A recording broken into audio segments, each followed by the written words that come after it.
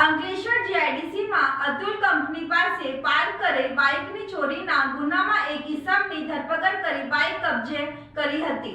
અંકલેશ્વર જીઆઈડીસીમાં અતુલ કંપનીના material gate પાસે park કરેલ બાઇકની થયેલી ચોરીમાં જીઆઈડીસી પોલીસે એક ઇસમની ધરપકડ કરી ₹15,000ની બાઇક કબજે કરી વધુ તપાસ હાથ ધરી છે।